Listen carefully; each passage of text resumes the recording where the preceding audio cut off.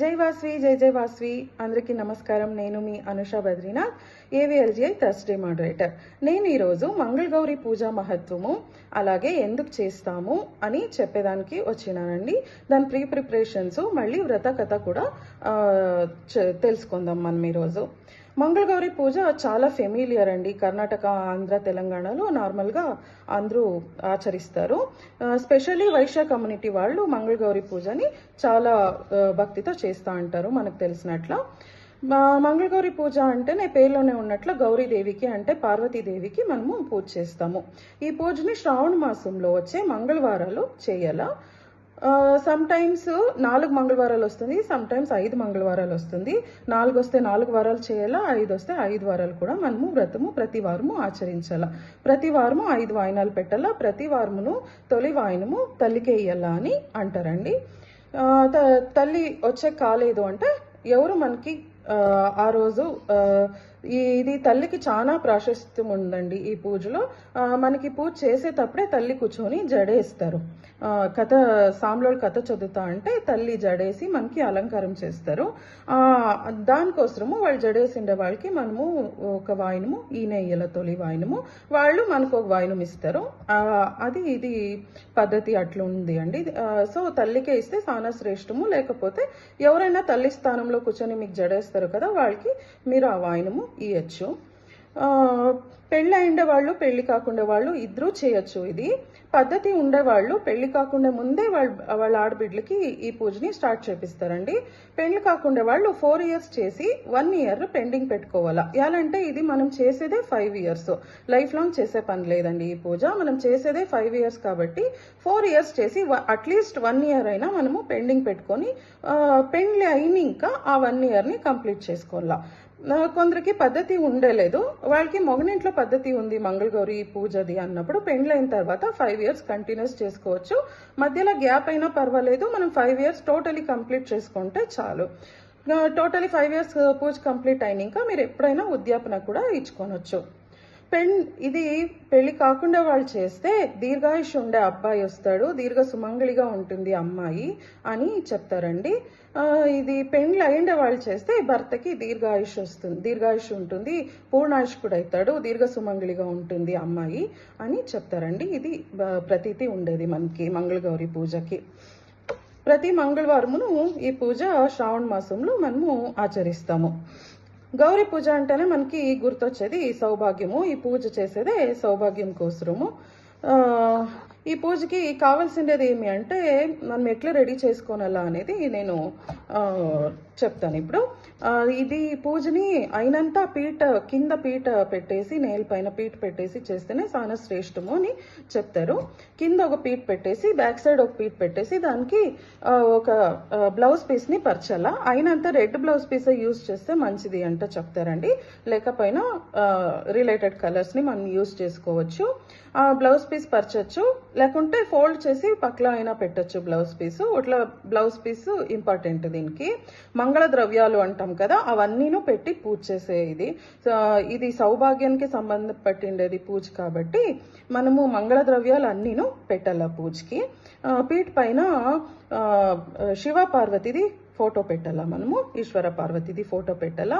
జతికి అద్దము ఒకటి, మాను దువ్వాన, blouse piece, మళ్ళా కొబ్బరి గిటుకులు, 16 పసు కొమ్ములు, 16 బిల్లొక్కులు, 16 తమలపాకులు అన్ని పెట్టాలా. మళ్ళీ మంగళగౌరి పీఠ అని మనకు చిక్తుంది, సిల్వర్ది అది చిక్తుంది. లేకపోతే మీ శక్తి అనుసారం మంగళగౌరి పీఠ అని చిక్తుంది, అది కంపల్సరీ పెట్టాలా. మళ్ళీ 2 కలశాలు పెట్టాలా, పొండు కలశాలు. మళ్ళీ 5 గౌరమ్మలు, పసు గౌరమ్మలు చేసి ఒక ప్లేట్లో పెట్టి ఇది ఇంత మనము పూజకి ప్రిపేర్ చేసుకోవాలి. 5 వాయినాలకి 5 రకాల ఫ్రూట్స్, టెంకాయి, బ్లౌజ్ పీసు అన్నీ పెట్టాల. చాట్ వాయినాలే ఇయ్యాలా అనేమి కంపల్సరీ లేదండి. మీరు తట్లో పెట్టేసి ఆకు మూసేసి వాయినం ఇచ్చినను పర్వాలేదు, మీ శక్తి అనుసారం ఇయ్యచ్చు. మామూలుగా మనం వాయినానికి వేసే సామాన్లు అదే సుమంగళి సెట్ అంటాం కదా, అది పసుకొమ్ములు, బిల్లొక్కులు, కాయిన్, బ్లౌజ్ పీసు, టెంకాయి, ఇది కంపల్సరీ. ఇంక మిగిలిండేది మీ శక్తి అనుసారం మీరు యాడ్ చేసుకోవచ్చు. మళ్ళీ మనము పూజకి పిండి దీపాలు చేస్తాం, చలిపిండి దీపాలు. ఆ దీపం కూడా వాయినంలో పెట్టి వాళ్ళకి ముత్తైదులకి ఇచ్చేటప్పుడు ఇయ్యాల. ఇది ఇంత రెడీ చేసుకోవాలండి మనము పూజకి. పూజ చేసేటప్పుడు గౌరీ పూజ, షోడశోపచార పూజ అంతా చేసేసి మంగళగౌరి వ్రత కథ చదివేటప్పుడు తల్లి దగ్గర జడేయించుకోనాల, కుచ్చులు జడేయించుకోనాల. దీన్ని కుచ్చులు జడిది సాన ప్రాశస్త్యం ఉందండి, అందుకోసం అది కంపల్సరీగా వేసుకుంటారండి. వాళ్ళ ఇంట్లో పద్ధతి ప్రకారం అది కొన్ని చేంజెస్ కూడా ఉంటుంది కొన్ని దగ్గర. యాక్చువల్గా జనరల్గా చేసుకునే పద్ధతిని నేను చెప్తా ఉన్నాను. కథ చదివి జడేపించుకొని తల్లికి వాయినం ఇచ్చేసి ఆశీర్వాదం తీసుకొని మనము చలిపిండి దీపాల పైన చాకు పెట్టేసి దాన్ని ఆ షాకు ఇచ్చినప్పుడు దాంట్లో ఇది మసి క్రియేట్ అవుతుంది కదా, ఆ మసిని కాటుకులాగా పెట్టుకోనలా. దీనికి కుంకుమ లాగాను పెట్టుకోనొచ్చు. అది చాలా మంచిది అంట చెప్తారు. అది కూడా ముత్తైదులకి అది కూడా పెట్టాలండి. సింధూరం పెట్టాలా, కుంకుమ పెట్టాలా, ఆ కాటుగా పెట్టాలా, వాయినం ఇచ్చి ఆశీర్వాదం తీసుకునేలా ముత్తైదుల దగ్గర. ఇది లాస్ట్ వారం వచ్చేసి కొంచెం స్పెషల్గా ఉంటుందండి. లాస్ట్ వారము అంటే ఇప్పుడు 4 మంగళవారాలు ఉంటే 4th వీక్ వచ్చేసి ఒక చెంబులో మనము సజ్జిగ అంటే గోధుమలు రవ్వ చేసేసి సజ్జిగ చేస్తాం కదా, అదైనా చేయొచ్చు, లేకుంటే రవ్వుంట్లైనా చేసి 12, 16 అట్లా చెంబులో నింపేసేసి దానికి ఒక బ్లౌజ్ పీస్ కట్టేసి దాన్ని కూడా పూజకు పెట్టేసి పూజ అంతా అయిన తర్వాత ఆ చెంబుని వాయినంలో పెట్టేసి తల్లికి ఇయ్యాల అండి. ఇది సాన ప్రాశస్త్యం ఉంది దీంట్లో. ఇది ఇస్తాము ఈ తర తల్లికి అనేది వ్రత కథలో వస్తుంది, అప్పుడు మీకు గుర్తవుతుంది. ఈ వ్రతము చేసేదాని నుంచి పెళ్లి కాని అమ్మాయిలకి కుజదోషము అంటారు కదా, అది కూడా నివారణ అవుతుంది, జల్దీ పెండ్లు అవుతుంది, మంచి అబ్బాయి చిక్తాడు అనేది కూడా ప్రతీతి ఉంది. పెళ్లికి ఏమైనా అడ్డంకులు ఉన్నానో పెళ్లికి ఉన్న ముందే ఈ పూజ చేసేదాన్ని ఇంకా ఆ అడ్డంకులన్నీ తొలగిపోతాయి అంట చెప్తారు. ఇప్పుడు మనము వ్రత కథ తెలుసుకుందామండి. కొంచెం షార్ట్ ఫారంలో నేను కథ చెప్పేదానికి ట్రై చేస్తాను. కుండిన నగరము అనే నగరంలో ధర్మపాలుడు అనే ఒక వైశ్యుడు రాజుడు ఉంటాడు. వాళ్ళకి సంతానం ఉండలేదు. దానికి వాళ్ళు దాన ధర్మాలు, పూజలు, యజ్ఞాలు అన్నీ చేస్తూ ఉంటారు. ఇట్లా దాన ధర్మాలు చేసేటప్పుడు వాళ్ళ ఇంటికి రోజు ఒకరు భిక్షుకులు వస్తూ ఉంటారు, సన్యాసి వస్తూ ఉంటారు భిక్షం అడుక్కొని. వాళ్ళకి భిక్షం వేసకపోతే వాళ్ళు భిక్షం తీసుకోకుండా వెళ్ళిపోతూ ఉంటారు. ఈ ధర్మపాలుని భార్య భిక్షం వేసకపోయినప్పుడు వాళ్ళు వాపస్ వెళ్ళిపోతూ ఉంటారు. తనకి చాలా బాధ అయిపోయి భర్త దగ్గర చెప్పుకుంటుంది, ఇట్లా భిక్షం అడుగుతా ఉండరు, నేను ఇచ్చకపోతే వెనక్కి వెళ్ళిపోతా అంటారు, తీసుకుంటా అనలేదు అని చెప్పినప్పుడు ధర్మపాలుడు చెప్తాడు, నువ్వు చేతి నిండా బంగారు నాణ్యాలు పెట్టుకొని దానం చేసేకపో, అప్పుడు బంగారు నాణ్యాలు తీసుకుంటాడో లేదో చూస్తాము, తీసుకోకపోతే నువ్వు బలవంతంగా తట్లకి వేసేసేయి అని చెప్తాడు. అప్పుడు అట్లే చేస్తుంది తన భార్య, ధర్మపాలుని భార్య. అట్లా చేసినప్పుడు కోపం చేసుకొని సన్యాసి, నీకు బిడ్డలు లేరు, నువ్వు ఎట్లా నాకు దానం చేస్తే, మేము బిడ్డలు లేకుండే వాళ్ళ దగ్గర దానం తీసుకొని వెళ్ళలేదు అని కోపం చేసుకుంటాడు. స్వామి కోపం చేసుకోవద్దండా, నాకు ఏమైనా పరిహారం చెప్పండా, మీరు చెప్తా అనేది కరెక్టే, మాకు బిడ్డలు లేదు, మాకు పరిహారం చెప్పండా అని అన్నప్పుడు వాళ్ళు చెప్తారు, మీ భర్తకి నల్ల గుర్రం మీద నల్ల బట్టలు ధరించుకొని నల్ల గుర్రం మీద పొయ్యకు చెప్పు, అది ఎక్కడ గుర్రము పయ్యి స్టాప్ నిలుస్తుంది కదా, అక్కడ తవ్వితే ఒక దేవస్థానం చిక్కుతుంది, అక్కడ గౌరీ దేవి, మంగళగౌరీ దేవి ఉంటుంది, తనకి పూజ చేసి వేడుకుంటే మీకు సంతానం కలుగుతుంది అని భిక్షకుడు సన్యాసి చెప్తారు. అదే తర చేస్తారు ధర్మపాలుడు. అక్కడ పైసి ఒక గుర్రం ఒక దగ్గర నిల్చుకుంటుంది, తవ్వితే అక్కడ గౌరీదేవి విగ్రహం ఉంటుంది, ప్రతిష్టాపన చేసేసి పూజ అంతా చేస్తారు. పూజ అంతా చేసినప్పుడు గౌరీదేవి ప్రత్యక్షమయ్యి నీకేం వరం కావాలా అని అడిగినప్పుడు నాకు ఇట్లా సంతానం కావాలా అన్నప్పుడు సరే అనేసి గౌరీదేవి ఆయా నీకు సంతానం అవుతుంది, వెనుకపై అక్కడ గణేశుని విగ్రహం ఉంటుంది నా కొడుకుది, అక్కడ గణేశుని విగ్రహం వెనుక ఒక మామిడి చెట్టు ఉంటుంది, దాంట్లో ఒకే ఒక మామిడి పండు తీసుకొని పోయి నీ భార్యకి అప్పుడు నీకు సంతానం కలుగుతుంది అని చెప్తారు గౌరీదేవి. అప్పుడు అట్లా చేస్తారు. అక్కడ గణేశుని మీద ఎక్కేసి ధర్మపాలుడు మామిడి పండుని పీక్కొనకపోతారు. మనిషి అన్ని ఇంకా దురాశ ఉంటుంది కదా, ఒకటి తీసుకోమంటే ఒక 16 సార్లు ఎక్కేసి 16 పండ్లు పీకింటారు. అన్నీ అక్కడ పెట్టింటే వచ్చి చూస్తే ఒకే ఒకటి ఉంటుంది, 16 పండ్లు ఉండలేదు. ఏమిది ఇట్లయిపోయా అనేసి చూస్తా అంటే అప్పుడు గణేష కోపం చేసుకొని నీకు ఒగు పండు తీసుకొని పో అని చెప్పింటే నువ్వు దురాశని ఇంకా 16 సార్లు ఎక్కిండవు నా పైన, నీకు అల్పాయుష్కుడు పుడతాడు, 16 ఏండ్లే బతుకుతాడు, నువ్వు 16 సార్లు నా పైన ఎక్కిండవు కాబట్టి 16 ఏండ్లే బతికేది నీ కొడుకు, అల్పాయుష్కుడు అవుతాడు అని చెప్పి శపిస్తారు. ఇంకేమీ చేసేది లేకుండా అది ఒకే పండునే తీసుకొని పోయి భార్యకి ఇచ్చి పుత్ర సంతానం అన్న అవుతుంది కదా, అల్పాయుష్కుడి కన్నా పర్వాలేదు అనేసి పోయి ఇస్తాడు. పుత్ర సంతానం అవుతుంది, వానికి శివ అని పేరు పెడతారు. అయినా చింతిస్తూ ఉంటారు, అయ్యో అల్పాయుష్కుడు పుట్టిండాడు కదా ఏం చేసేది అంటే చింతిస్తూ ఉంటారు. చూస్తేనే వానికి 16 ఏండ్లు నిండిపోతుంది, 16 ఏండ్లు నిండెకొస్తుంది. అప్పుడు శివుడు అని పేరు పెట్టింటారు కదా, వాళ్ళు మెయిన్ మామ ఉండేసి వాడు అల్పాయుష్కుడు అయిండాడు, అట్లీస్ట్ వాడిని కాశీయాత్రకైనా పిలుచుకొని పోతే బాగుంటుంది అని అనిన దానికి సరే అని చెప్పేసి తల్లి తండ్రి ఇద్దరు శివుడిని మెయిన్ మామ చేతిలో కాశీయాత్రకి పంపిస్తారు. కాశీయాత్రకు పంపిస్తే అప్పుడు కాశీయాత్రకు పోతా ప్రతిష్ట అనే ఒక ఊర్లో నిలుస్తారు, రెస్ట్ తీసుకుందాము అనేసి నిలుస్తారు. ఒక ఉద్యానవనంలో రెస్ట్ చేస్తూ ఉంటారు. అప్పుడు అక్కడ ఒక 5-6 జనము ఆడబిడ్డలు ఆట ఆడుతూ ఉంటారు. ఆట ఆడుతా వాళ్ళు జగలం చేసుకుంటూ ఉంటారు. జగలం చేసుకొని అక్కడ ఒక సుశీల అనే అమ్మాయి ఉంటుంది.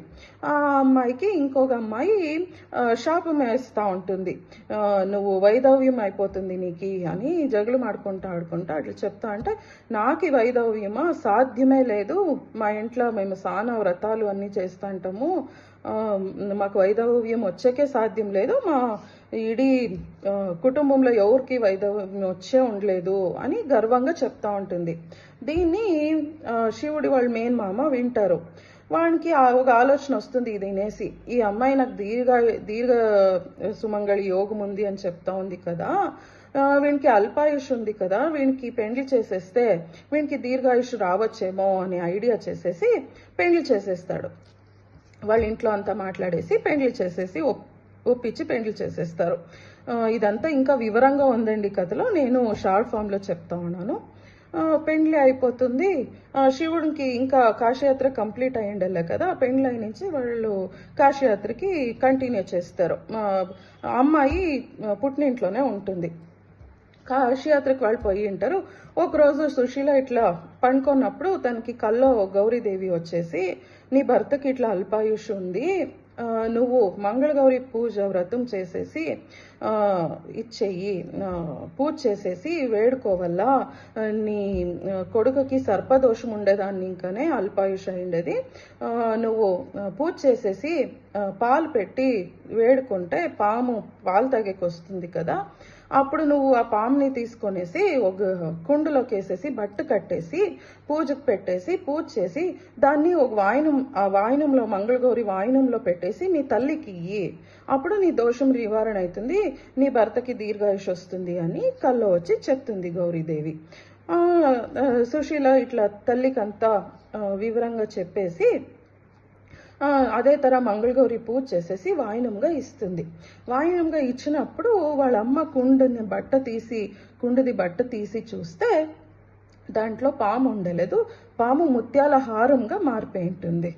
అప్పుడు వాళ్ళకి గుర్తవుతుంది ఇది సానా మహిమాన్వితంగా ఉంది పూజ అనేసి. అప్పుడు ఇంకా దోషం అంతా పరిహారమాయ కదా అని సంతోషంగా ఉంటారు. శివుడు ముగించుకొని కాశీయాత్ర ముగించుకొని వస్తూ ఉంటాడు అని చెప్పి ఉన్నట్లే వాడు మూర్ఛ పడిపోతే అప్పుడు వానికి కళ వచ్చినట్లయితుంది. కల్లో వానికి యమదూతులు వచ్చి వాడిని పిలుచుకొని వెళ్ళిపోతూ ఉండేతారా, గౌరీదేవి వచ్చి కాపాడిండేతారా అంటే వానికి ఆ తర భాసం అవుతుంది, మూర్ఛ పడిపోయింటాడు. గౌరీదేవి వచ్చి వాడిని యమదూతుల్ని ఇంకా కాపాడి ప్రాణము వాపస్ వచ్చేటట్లా చేసి ఆశీర్వాదం చేసినట్లు వానికి అనిపిస్తుంది. మూర్ఛ పడిపోయింటాడు. వాళ్ళ మెయిన్ మామ గాబరీగా ఏం చేయాలని చూస్తా అంటే మళ్ళీ శివుడు వాడంతకు వాడే లేసి కూర్చొని నాకు ఇట్లంతా ఆయా నాకు ఇట్లా గౌరీదేవి వచ్చా కాపాడి అంటే ఓ నీకు ఈ శాపం పరిహారం అయిపోయింది మంగళగౌరి కృపా కటాక్షంతో ఇంకంతా యావ కష్టము ఉండలేదు వాపస్ పోదాము అంట పోతారు. పోయేసి సుశీలని పిలుచుకొని వాళ్ళు ఊరికి పోతారు. కుండ్ల పాము ఉండ కదా, అది హారమైండ కదా, దాన్ని ఇచ్చి తల్లి సుశీలకి ఇచ్చేసి పంపిస్తుంది. దానికే ఈ కుండ్ల ఏమి బట్టు కట్టి పామును పెట్టిండ్రు కదా, ఆ ప్రతీకమే మనము కుండ్లో రవ్వుంట్లు పెట్టేసి అది ఆ తెర మార్చుకొని ఆ తెర చేస్తూ ఉండేది. దానికోసమే మనము ఒక చెంబులో రవ్వుంట్లో లేకపోతే సజ్జిగ పెట్టేది అని చెప్తారు పెద్దోళ్ళు. పంపిస్తుంది. పోతా పోతా దావలో అప్పుడంతా ఎన్నెన్నో నాళ్ళు అవుతా ఉండే కదా, నెలలు కొద్ది అవుతా ఉండే ఒక దగ్గర ఇంకొక దగ్గర పోయేదానికి. అట్లా పోతా పోతానే మంగళవారం వస్తుంది. అది దావులనే నదీ తీరంలో అట్లా మంగళగౌరి పూజ అంతా చేసుకొని లాస్ట్కి వాళ్ళు ఊరు చేరుకుంటారు. కుండినా నగరం చేరుకుంటే అక్కడ చూస్తే నా కొడుకుకి అల్పాయుష్ అయిపోయా కదా అని అనేసి వాళ్ళ తల్లి తండ్రి ఏడ్చి ఏడ్చి ఏడ్చి వాళ్ళ కండ్లు వెళ్ళిపోయి ఉంటుంది.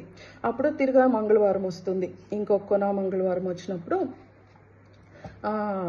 సుశీల మంగళగౌరి పూజ చేసేసి అదే నేను చెప్తే కదా చెల్బిండి దీపాలు 5 అంటించుకొనేసేసి చాకు దాని మీద పెడితే ఆ శాకానికి కాటుక క్రియేట్ అవుతుంది కదా, దాన్ని తీసి వాళ్ళ కండ్లకి అంటిస్తుంది. కండ్లకి అంటించినప్పుడు వాళ్ళకి పోయిండే దృష్టి వస్తుంది.